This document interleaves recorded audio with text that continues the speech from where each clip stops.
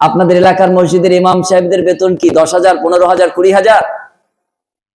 সমাজ পরিবর্তন করতে চাইলে আপনার মসজিদের ইমাম সাহেবের বেতন করতে হবে হাই স্কুলের প্রধান শিক্ষকের সমতুল্য মানের। আপনার এলাকার প্রাইমারি স্কুলের প্রধান টিচারের শিক্ষকের যে বেতন 40, 45, 50,000 টাকা বেতন করতে হবে ইমাম সাহেবের।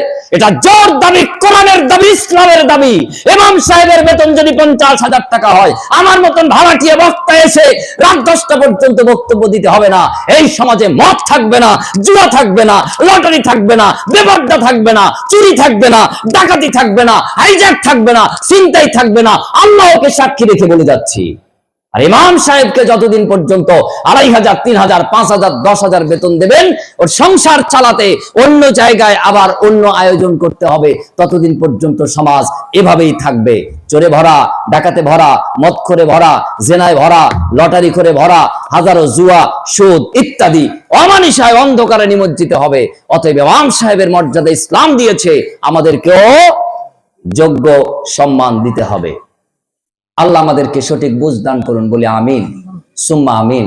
সম্মানিত উপস্থিতি, আমার প্রিয় সমাজবাসী, সম্মানিত সমাজবাসী, বিশেষ করে পর্দার আড়ালের মা এবং বোন, আপনি হয়তো ভাবছেন যে ধর্মসভা তো অনেক হয়, সেটা হয় ত্রিপলে বসে, এই সভাটা আজকে চেয়ারে কেন? আমি আপনাদেরকে বলি যে সেই 20 বছর আগেও আপনারা জলসা শুনেছেন, শুনতে গেছেন। পৌষ মাস, মাঘ মাস, কত কষ্ট করে রাত 2টো 3টে পর্যন্ত জলসা শুনেছেন। আপনাদের উন্নতি কি হলো? একটু নিরপেক্ষ দৃষ্টিতে আপনি আপনার প্রশ্নের জবাবটা নিজের বিবেকের কাছে দেন।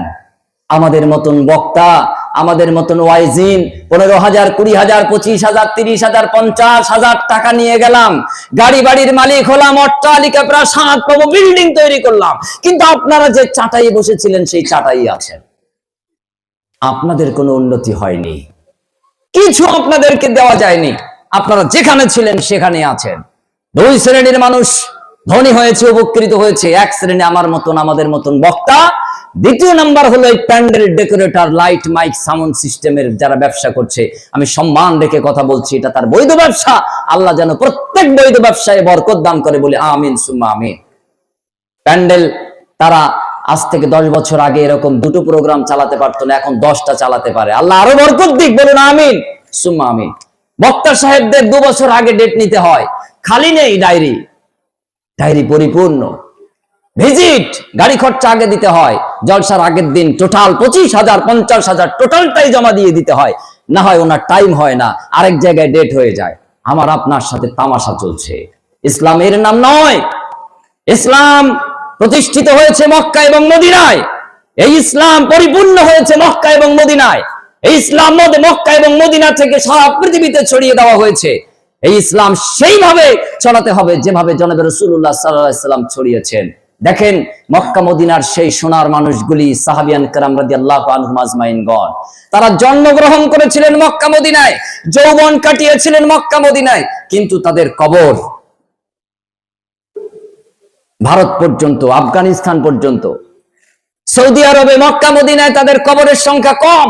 সারা পৃথিবীর আনাচে কানাচে তাদের পবিত্র কবরগুলি শোভাবর্ধন করে চলেছে। কারণ কি? তারা দাঈল আল্লাহ হিসেবে দাওয়াত ইসলাম প্রচারের স্বার্থে তারা আল্লাহর সন্তুষ্টির জন্য তারা মাঠে ময়দানে নেমে পড়েছিল। আমাদের কিন্তু সেইটা নেই। অতএব আজকে যতটুকু আছে সেইটা কক্ষিগত হয়ে গেছে, সেইটাকে আবার আমরা সরলীকরণ করি। অতএব সেই জায়গায় আমরা ফিরে আসি যে জায়গা আল্লাহ সুবহানাহু ওয়া তাআলা প্রদান করেছিলেন। ইমাম সাহেবকে যোগ্য মর্যাদা দিন। আপনার ইমাম সাহেবকে আপনার বাড়িতে খেতে যেতে হয়, প্রত্যেক বাড়ি একদিন করে আসে। কেন? আপনার ইমাম সাহেবকে ফ্যামিলি নিয়ে এখানে সম্মানের সহিত মসজিদ লাগোয়া একটা ঘর করে, 2 কামরা ঘর করে, সুন্দর একটা অ্যাটাচ বাথরুম দিয়ে, একটা পরিবেশের মধ্যে পর্দার আড়ালে আপনি কি রাখার ব্যবস্থা করে দিতে পারেন না? আমরা কি আমাদের সব মসজিদগুলিতে এই ব্যবস্থা করে দিতে পারি না? আমার ইমাম সাহেবের পারিবারিক রূপ দেখে আমার সমাজের মহিলারা পর্দা শিখবে, আমার সমাজের মা বোনেরা ওই ইমাম সাহেবের স্ত্রীর কাছ থেকে গোপনীয় অধ্যায়গুলি, তাদের আপনার অন্তরঙ্গ বিষয়গুলি তারা সেখান থেকে জানবে। তার স্ত্রীর কাছে প্রশ্ন করবে, স্ত্রী স্বামীর কাছে যে, ইমাম সাহেবের কাছে, আলেম সাহেবের কাছে যে হাদিস থেকে, কোরআনের আয়াত থেকে ফয়সালা নিয়ে সমাজের মহিলাদেরকে সেইভাবে জানাবেন, বোঝাবেন, এবং তার থেকে আমরা রূপরেখা পাবো। কিন্তু আমরা সেটা পারিনি। আমরা সবকিছু পারি, কোটি কোটি টাকা খরচ করি, মসজিদ দোতলা তিনতলা করি, কিন্তু আমরা এইগুলি হিসাব নিকাশ করি না। ইমাম সাহেবকে আমরা কোনো মতে জবথবভাবে সিঁড়ির তলায় একটা রুম করে রেখে দেই, এবং এখানে ওখানে কোনো মতে একটু রাতটা পার করতে পারে এইরকম করি। সম্মানিত উপস্থিতি, এটা করলে হবে না। আসুন, চলমান ধর্ম বনাম চূড়ান্ত ধর্ম। চূড়ান্ত ধর্ম ইসলাম, চলমান ধর্ম হাজারো আছে। এখন সেটা আপনার করতে যে যদি দেখা যায় ইসলামের সাথে সাংঘর্ষিক, তখন আপনি সেটার থেকে ফিরে আসবেন, রিটার্ন করবেন সঠিকের দিকে, ইসলামের দিকে, আল্লাহ এবং আল্লাহর রাসূলের দিকে। আল্লাহ সুবহানাহু ওয়া তাআলা তাই বলেন, ইয়া আইয়ুহাল্লাযীনা আমানু, হে বিশ্বাসী সকল, আমিনু বিল্লাহ, তোমরা আল্লাহর উপরে ঈমান আনো। কাদেরকে বললেন? হে ঈমানদারেরা, যারা ঈমান এনেছো, আমিনু, এরপর আবার ঈমান আনো বিল্লাহ, আল্লাহর উপরে। ঈমানদারেরা আবার ঈমান কিভাবে আনবে? ঈমানদারেরা কিভাবে ঈমান আনবে? যে ভুল ত্রুটিগুলি আছে, এই ভুল ত্রুটিগুলি শুধরে নেওয়ার মাধ্যমে তারা আবার ঈমান আনবে। এটাই আল্লাহ সুবহানাহু ওয়া তাআলা এখানে বলেছেন। কি বলেন? আমরা যারা ঈমান এনেছি, আমাদের মধ্যে কোনো ভুল নেই? আছে? ভুল আছে। চূড়ান্ত ধর্ম হলো ইসলাম। ইসলাম বলেছে পুরুষ টাকনুর নিচে লুঙ্গি, প্যান্ট, পাজামা পরা হারাম, এটা করো না। এটা চূড়ান্ত ধর্ম, এটা ইসলামের বিধান। আর চলমান ধর্ম হচ্ছে প্যান্ট শুট যারা পরে, তাদের মাটি ঝাড়ু দিতে দিতে স্কুলে, কলেজে, দোকানে, হাটে, বাজারে যেতে হবে। এটা চলমান ধর্ম। এখন আপনি সিদ্ধান্ত নেন, চূড়ান্ত ধর্ম ইসলামের বিধান, পুরুষ টাকনুর উপরে পোশাক পরবে, প্যান্ট, লুঙ্গি, পাজামা যাই পরুক, এটা টাকনুর উপরে বাধ্যতামূলক, ফরজ, এটা করতে হবে। আর চলমান ধর্ম হলো প্যান্ট যদি পরি, টাকনুর নিচে পড়তে হবে। এখন আপনি পুরুষ হিসেবে সিদ্ধান্ত নেন, চূড়ান্ত ধর্ম ইসলামের বিধান মানবেন, নাকি আপনি চলমান ধর্ম টাকনুর নিচে প্যান্ট, লুঙ্গি, পাজামা পরার নীতি মানবেন। চূড়ান্ত ধর্ম আর চলমান ধর্মের বিতর্কের ঊর্ধ্বে উঠে একটি প্রামাণ্যতা। চূড়ান্ত ধর্ম হলো যখনই আজান হয়ে যাবে সকল কাজ হারাম, দোকানদারের দোকানি করা নিষিদ্ধ, চাষির চাষবাস করা নিষিদ্ধ, রাস্তাঘাটে যারা গাড়ি চালাচ্ছেন ওখানে স্টিয়ারিং বন্ধ করে দিতে হবে, গাড়ি চালানো নিষিদ্ধ। রান্না বান্না করছে যেসব মহিলারা, আজান হয়ে গেছে ওখানেই রান্না বান্না স্টপ করে দিতে হবে। গ্যাস জ্বলছে ওখানে স্টপ করে দিতে হবে। আপনি মাটি কাটছেন, কোদাল যে পর্যন্ত উঁচু করেছেন ওখানেই থামিয়ে দিতে হবে। মাটি, কোদাল মাটির মধ্যে ঢুকিয়ে দিয়েছেন কোপ মেরে, ওখানেই ঢোকানো থাকবে। ছাড়িয়ে নেওয়ার ক্ষমতা ইসলাম দেয়নি, আদেশ দেয়নি। ইসলাম চূড়ান্ত ধর্ম। এর বিধান হলো আজান হয়ে গেছে, যখনই মুয়াজ্জিন বলেছেন হাইয়া আলাস সালাত, হাইয়া আলাল ফালাহ, সালাতের দিকে এসো, কল্যাণের দিকে এসো, অমনি তোমার সব কাজ এখানেই ছেড়ে দিতে হবে, এখানেই ইতি, আর কোনো কাজ চলবে না। যেই আপনি চুলো জ্বালাবেন, ইসলাম বলেছে হারাম। এটা চূড়ান্ত ধর্ম। আর চলমান ধর্মের নিয়ম হলো এখন নিরচ্ছি, এই সীমানাটা শেষ করে যায়, এই পাইটা তুলে যায়, এটা হলো চলমান। এখন আপনি সিদ্ধান্ত নেন, আপনি চলমান এটা করবেন না আল্লাহর আদেশ চূড়ান্ত ধর্ম ইসলামের যে পর্যন্ত আযান হাইয়া আলাস সালাহ এ পর্যন্ত কাজ যতটুকু করেছেন ওই পর্যন্ত ছেড়ে দিয়ে আপনি মসজিদের দিকে চলে যাবেন, আপনি চাই নামাজের দিকে চলে যাবেন, নামাজের দিকে চলে যাবেন। এটা আল্লাহর নির্দেশ, এটা চূড়ান্ত ধর্ম ইসলামের বিধান। নারী পুরুষ নির্বিশেষে, বাগজোলা, বাদুড়িয়া, উত্তর 24 পরগনা, পশ্চিম বাংলা, বিহার, আসাম, ভারত, বাংলাদেশ, পাকিস্তান, সারা পৃথিবীর মানুষের জন্য, এমনকি এর বাহিরেও যদি কোনো জিন ইনসান থাকে তাদের জন্য আল্লাহ সুবহানাহু ওয়া তাআলা চূড়ান্ত বিধান দিয়ে দিয়েছেন। হাইয়া আলাস সালাহ ঘোষিত হয়ে গেছে, আর কোনো কাজ তোমার জন্য বৈধ নয়।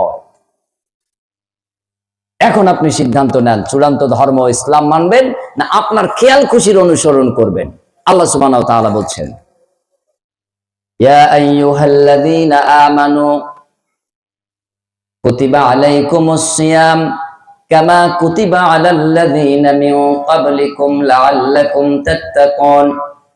হে বিশ্বাসী সকল, তোমাদের উপরে সিয়াম সাধনাকে ফরজ করা হলো, যেমনি করে তোমাদের পূর্ববর্তীদের উপরেও ফরজ করা হয়েছিল, যাতে করে তোমরা তাত্তাকুন পরহেজগারিতা অবলম্বন করতে পারো। রমজানের চাঁদ উদয় হয়ে গেছে, সাহারি খেলেন না, রমজানের সিয়াম সাধনা শুরু করলেন না, আপনি চলমান নীতিতে চলছেন যে আপনার চাচাও রাখেনি, বাপও রাখেনি, আপনিও রাখলেন না।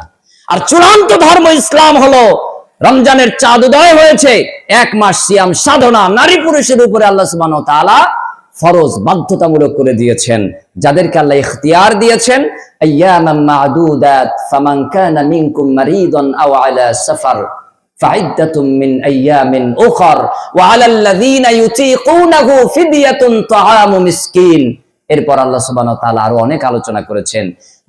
যারা অসুস্থ আছে, সফরে আছে, তাদেরকে আল্লাহ সুবহানাহু ওয়া তাআলা রুখসাত দিয়েছেন, পরবর্তীতে আদায় করে দেবে, অথবা তারা ফিদিয়া দেবে। 1 মাস রোজার পরিবর্তে 60 জন মিসকিনকে তারা আহার প্রদান করবে। এই রুখসাত যাদেরকে আল্লাহ দিয়েছে, বাকি সকলের জন্য ফরজ, আবশ্যকীয়। এখন আপনি সিয়াম রাখলেন না, রোজা পালন করলেন না, আপনার উপরে আল্লাহ সুবহানাহু ওয়া তাআলার বিধান অনুযায়ী হদ শাস্তি নেমে আসবে। কি শাস্তি? পরকালে আপনি যদি এই অবস্থায় ওঠেন, তাহলে জাহান্নাম।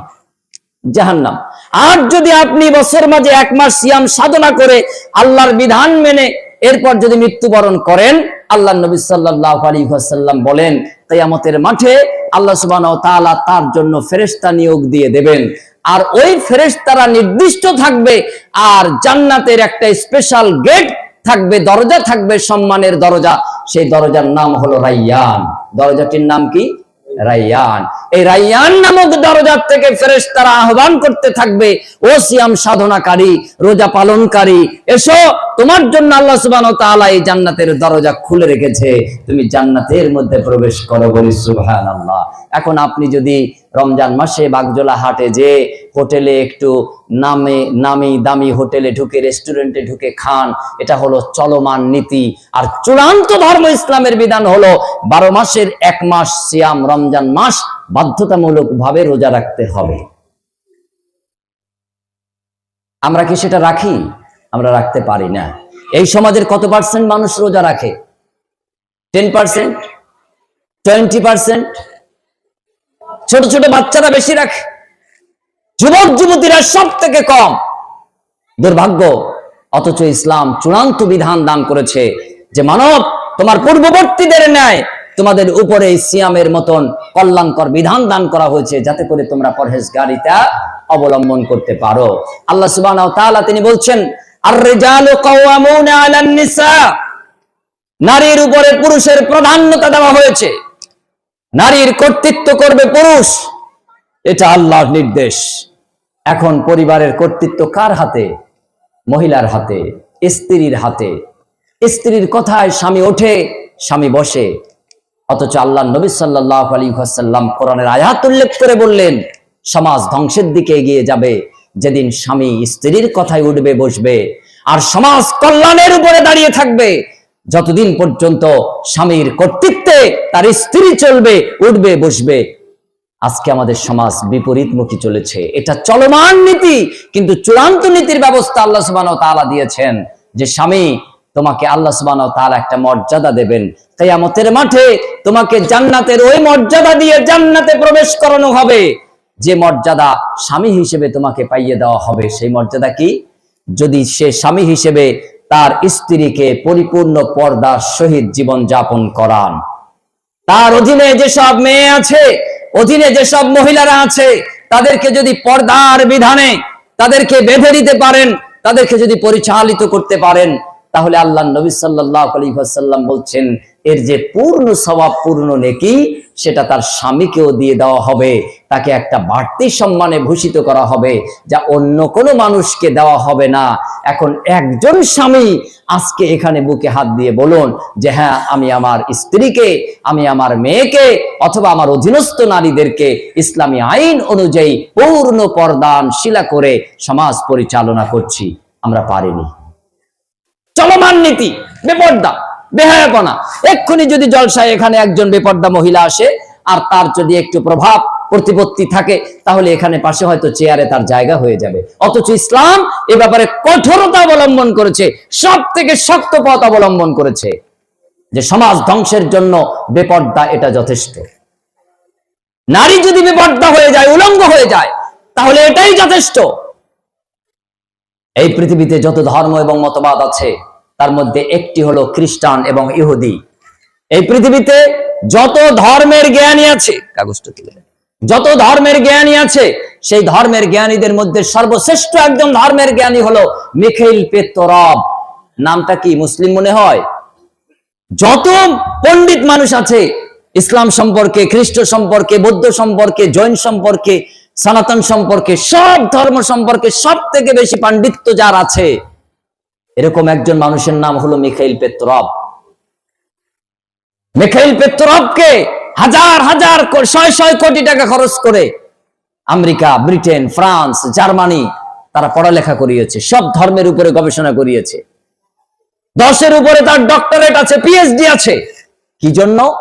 ইসলামের দুর্বল পয়েন্ট, ইসলামের দুর্বল জায়গা কি, সেই জায়গাগুলি উনি 70 পৃষ্ঠার বেশি রিপোর্ট পেশ করেছেন আজ থেকে 16-17 বছর আগে, এবং সেই পৃষ্ঠাগুলির উপর ভিত্তি করে ইসলামকে ক্ষতি করার জন্য আজও সমান তালে ইসলামকে দুর্বল থেকে আর দুর্বল করার জন্য, মুসলমানদের চরিত্র নষ্ট করার জন্য, মুসলিম সমাজগুলিকে আরো আপনার কি বলে নিঃস্ব করে দেওয়ার জন্য এই 70 পৃষ্ঠার উপরে রিপোর্ট অনুযায়ী তারা কর্মসূচি হাতে নিয়ে পরিচালনা করছে। তার মধ্যে অন্যতম 4টি বিষয়। 1, যদি মুসলিমদেরকে তোমরা ক্ষতি করতে চাও, অত্যাচার করে তোমরা তাদের ক্ষতি করতে পারবে না, হত্যা করে তোমরা তাদেরকে ক্ষতি করতে পারবে না। তোমরা যদি মুসলিম সমাজকে নষ্ট করে দিতে চাও, তাহলে তোমরা তাদের মেয়েদেরকে, নারীদেরকে বেপর্দা করে দাও। তাদের মহিলাদের শরীর থেকে যদি পোশাকগুলি খুলে নিতে পারো, তো এই পৃথিবীতে মুসলমানদের অস্তিত্ব বলে আর কিচ্ছু থাকবে না। এখন আপনি হাজী, আপনার মেয়ে বেপর্দা, আপনি বড় মৌলবী, আপনার বোন বেপর্দা, আপনি কাজী, আপনার পরিবারে পর্দার কোনো বালাই নেই, আপনি অনেক বড় প্রভাব প্রতিপত্তিশালী মুসলিম কর্তা, কিন্তু আপনার গ্রামে, আপনার পাড়ায়, আপনার মহল্লায় পর্দার কোনো নীতি বালাই কোনো কিছু নেই। মিখাইল পেত্তরভের গবেষণা, সারা পৃথিবীর মুসলিমদেরকে যদি তুমি ধ্বংস করতে চাও, তাহলে অস্ত্র দিয়ে পারবে না, গায়ের জোরে পারবে না, কর্মসূচি হাতে নিয়ে ওদের মহিলাদের শরীর থেকে পোশাক খুলে নিতে হবে, পোশাক খুলে নিতে হবে, বেপর্দা করে দিতে হবে। পর্দার বিধান নিয়ে মুসলমান কোন মতের মধ্যে পার্থক্য আছে, মতভেদ আছে? কেউ আজ পর্যন্ত বলেছে যে এই মতে পর্দা এটা জায়েজ নেই, আর ওই মতে পর্দা ফরজ? এরকম তো কেউ বলেনি। কোরআনের প্রত্যেকটি আয়াত দিয়ে প্রত্যেকটি মতের মানুষ একই বিধান, একই হাদিস দিয়ে উপস্থাপন করে যে পর্দা করা ফরজ, অপরিহার্য। পর্দা কি আমাদের সমাজ ব্যবস্থায় 100% আছে? নেই। তাহলে কি করতে হবে? চলমান ধর্ম হলো যে প্রত্যেক স্বামীর উপরে আল্লাহর আদেশ তার স্ত্রীকে পরিপূর্ণ পর্দানশীলা করবে। প্রত্যেক বাপের উপরে আল্লাহর আদেশ তার মেয়েদেরকে পরিপূর্ণ পর্দানশীলা করে রাস্তাঘাটে বার হবার অনুমতি দেবে। প্রত্যেক ভাইয়ের উপরে আল্লাহর আদেশ হলো তার বোনকে পরিপূর্ণ পর্দানশীলা করবে। এটা আল্লাহ সুবহানাহু ওয়া তাআলা নির্দেশ দিয়েছেন, আর রিজালু কাওয়ামুনা আলান নিসা, নারীর উপরে পুরুষের কর্তৃত্ব নাম্বার 1 নির্দেশনা হবে পর্দা করো। ইমাম সাহেব আমি অনেক পরে, বক্তা সাহেব আমি আরো অনেক দূরে, কিন্তু মেয়ের জন্য তার বাপ প্রথম আদেশদাতা যে মা তুমি আর যাই করো পর্দা বাধ্যতামূলক। দেখেন পর্দা কত গুরুত্বপূর্ণ একটি বিধান, কত গুরুত্বপূর্ণ একটি বিধান। নামাজ এত ফজিলতপূর্ণ ইবাদত, কিন্তু এই নামাজ 24 ঘন্টার মধ্যে কবার আদায় করতে হয়? 5 বার। আরো সুন্নত নফল ওয়াজিব আরো আছে, আদায় করতে পারেন, কিন্তু ফরজ 5 বার। হজ এত ফজিলতপূর্ণ, এই হজ জীবনে একবার। বড় হজ জীবনে কবার ফরজ? একবার। একবার বড় হজ করে ফেলেছেন, ফরজ হজ, এরপর যতবারই যান সব কি হবে? ওমরা, নফল হজ। একবার 60 বছর বেঁচেছেন, তাহলে 60 বছরের মধ্যে মাত্র একবার হজ করা ফরজ। যাকাত বছরে কবার দিতে হয়? একবার। রমজান বছরে কবার রাখতে হয়? রমজান মাসে একবার, 1 মাস। কিন্তু পর্দা সারা বছর, সারা দিন, সারা রাত, সারা বছর, সারা জীবন। মানুষ যদি মারা যায় তার উপর আর নামাজ ফরজ থাকে? বুঝে উত্তর দেন। মানুষ মারা গেছে আর নামাজ ফরজ আছে? মানুষ মারা গেছে রোজা তার উপর ফরজ আছে? মানুষ মারা গেছে হজ তার উপর ফরজ আছে? মানুষ মারা গেছে যাকাত তার উপর ফরজ আছে? আর ফরজ থাকে না। কিন্তু মানুষ মারা গেছে, পর্দা ফরজ থাকে কি থাকে না? মানুষ মারা যাবার পরেও পর্দা ফরজ। কবরে লাশ নামাবে তখনও পর্দা অবস্থায় তাকে কবরস্থ করতে হবে, নারী কি পুরুষ, ছোট কি বড়। তাহলে কি বোঝা যায়? নামাজ ফজিলতপূর্ণ, পর্দার বিধান তার থেকে কি কম গুরুত্বপূর্ণ? জীবনের একটি মুহূর্তের জন্য পর্দার মতন হুকুম কোন অবস্থাতেই খেলাপ করার কোনো সুযোগ নেই। ও মুসলিম, তুমি মতভেদ করছো, মত পার্থক্য করছো, পর্দা নিয়ে তো কোনো আলেম বিকথা বলেনি, কোনো আলেম দ্বিকথা বলেনি, দ্বিমত পোষণ করেনি। তাহলে পর্দায় পরিপূর্ণতা আমার সমাজ ব্যবস্থা পেল না কেন? পর্দার ওয়াজ নেই। জোর তাগাদা ইসলাম যেভাবে দিয়েছে সেভাবে দেওয়া হয়নি। অথচ রাসূল করিম সাল্লাল্লাহু আলাইহি ওয়াসাল্লামের জামানায় রাসূলুল্লাহ সাল্লাল্লাহু আলাইহি ওয়াসাল্লামের আদর্শ কেমন ছিল একটু দেখেন। আল্লাহ নবী সাল্লাল্লাহু আলাইহি ওয়াসাল্লামের কাছে ঘরের আরেক পাশ থেকে একজন মহিলা, তিনি হাত বাড়িয়ে বললেন, আসসালামু আলাইকুম ইয়া রাসূলুল্লাহ, আসসালামু আলাইকা ইয়া রাসূলুল্লাহ। আল্লাহ নবী সাল্লাল্লাহু আলাইহি ওয়াসাল্লাম হাতটা দেখেই তিনি বুঝলেন যে এটা পুরুষের হাত নয়, এটা মহিলার হাত। আল্লাহ নবী সাল্লাল্লাহু আলাইহি ওয়াসাল্লাম বললেন যে আমি একজন পুরুষ, আমি একজন নবী, আমার পক্ষে একজন মহিলার সাথে মুসাফা করা ইসলাম বৈধতা দেয়নি। আল্লাহ নবী সালামের জবাব দিলেন ঘরের অপর প্রান্ত থেকে, কিন্তু মুসাফা করলেন না। এখন আমার সমাজ ব্যবস্থায় আজকের যে অবস্থা একেবারে বেগতিক হয়ে গেছে। পর্দার কোনো বালাই নেই, কোনো অবস্থা নেই। সার্বিকভাবে ইমামের অবস্থাও যাবে পর্দা, মুয়াজ্জিনের অবস্থাও তাই, খাদেমের অবস্থাও তাই। আর কমিটির কথা যদি বলি তাহলে তো আর বলার ব্যাখ্যাই খুঁজে পাওয়া যাবে না, কোন অবস্থাতেই সুযোগ পাওয়া যাবে না। চলমান ধর্ম আর চূড়ান্ত ধর্ম, আপনি সিদ্ধান্ত নেন। পর্দা করা এটা চূড়ান্ত ধর্ম, ইসলামের বিধান। প্রতিটি ক্ষেত্রে আপনাকে পর্দা করতে হবে। শপিং মলে যাবেন, পরিপূর্ণ পর্দা করে যেতে হবে। আপনি অফিস আদালতে যাবেন, পরিপূর্ণ পর্দা করে যেতে হবে। আপনি ব্যাংক ফৌজদারি আদালতে যাবেন, পরিপূর্ণ পর্দা করে যেতে হবে। স্কুল কলেজ বিশ্ববিদ্যালয়ে যাবেন, পরিপূর্ণ পর্দা করে যেতে হবে। আপনি মসজিদ মাদ্রাসা সেখানে যাবেন, সেখানেও পরিপূর্ণ পর্দা করে যেতে হবে। শুধু ধর্মসভায় আসার বেলায় পর্দা, আর ইমাম সাহেবকে দেখলে একটু লম্বা ঘোমটা দেওয়া, এর নাম পর্দা নয়, ওর নাম তামাশা করা। বোন, আমি তোমার জন্য এসেছি আজকে। অতএব আজকের থেকে সিদ্ধান্ত নাও, পরিপূর্ণ পর্দা করে আল্লাহর খুশি অর্জন করতে হবে। চূড়ান্ত ভাবে আল্লাহর সন্তুষ্টি অর্জন করতে পারলে তোমার পর্দার মান্যতার মাধ্যমেই তুমি আল্লাহকে খুশি করে জান্নাতের দরজা দিয়ে জান্নাতের মধ্যে প্রবেশ করতে পারবে।